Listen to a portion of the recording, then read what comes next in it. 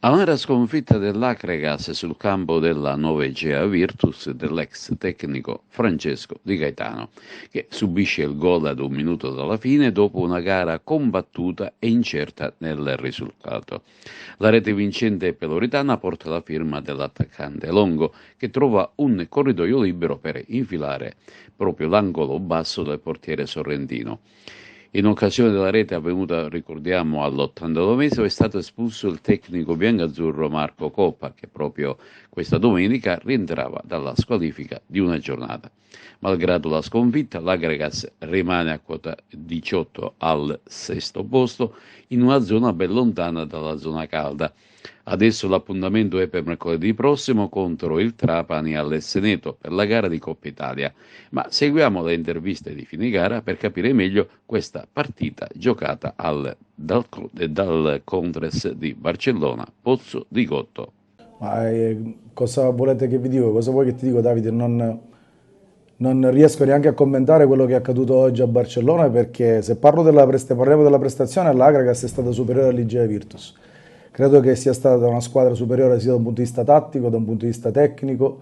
Poi quello che accade in campo e vedo fare ancora ad alcuni giocatori, soprattutto alcuni giocatori che hanno fatto anche categorie importanti, io credo che sia davvero, davvero deludente e deprimente, ma non è deprimente soltanto per il mondo dello sport, ma è deludente anche per la singola persona, perché noi abbiamo perso una partita semplicemente perché il nostro capitano, palla al piede, vede un giocatore a terra, la tiene invece di buttarla fuori, ma la tiene in buona fede al piede perché aspetta che l'arbitro giustamente interrompi il gioco, dopodiché invece di buttarla fuori quasi la consegna agli avversari e gli avversari invece sono ripartiti per farci il gol. Questa è una cosa che deve essere raccontata e siccome io non vado come tanti allenatori che invece vanno di moda dicendo che non si parla degli arbitri, non si parla dei torti, ma non si può non raccontare un torto del genere, perché noi torniamo a casa, avendo fatto la prestazione che abbiamo fatto, contro un gesto vergognoso, perché non abbiamo perso contro una squadra di calcio, non è stata una partita di calcio, abbiamo perso contro un gesto vergognoso. Io non sono uno che per moda deve dire che non si parla degli arbitri, in questo caso si parla degli avversari, ma è come se si parlasse degli arbitri, è stato veramente vergognoso. In sala stampa il direttore sportivo dell'Agregas Giuseppe Cammarata, forse il pareggio sarebbe stato il risultato più giusto, è d'accordo?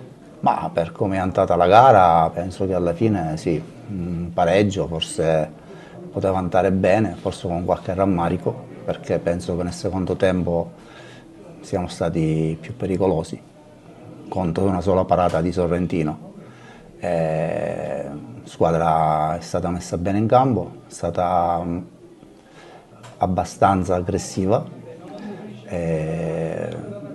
Canovaccio della gara è stata che noi provavamo ad attaccare e loro ci ripartivano, ci aspettavano, ma senza farci mai del male.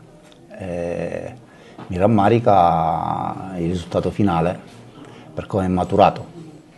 Noi abbiamo fatto un'ingenuità a non mettere palla fuori con un nostro calciatore per terra. Magari il nostro capitano pensava che loro si sarebbero fermati e poi con calma metteva la palla fuori. Invece Biondo ha preso palla, ha fatto una cosa di un antisportivo unico. Penso che quando si rivedrà stasera quello che ha fatto, se ha un po' di dignità si dovrebbe solamente vergognare. Però se noi mettiamo palla fuori tutto ciò non accade. Comunque incassiamo e andiamo avanti.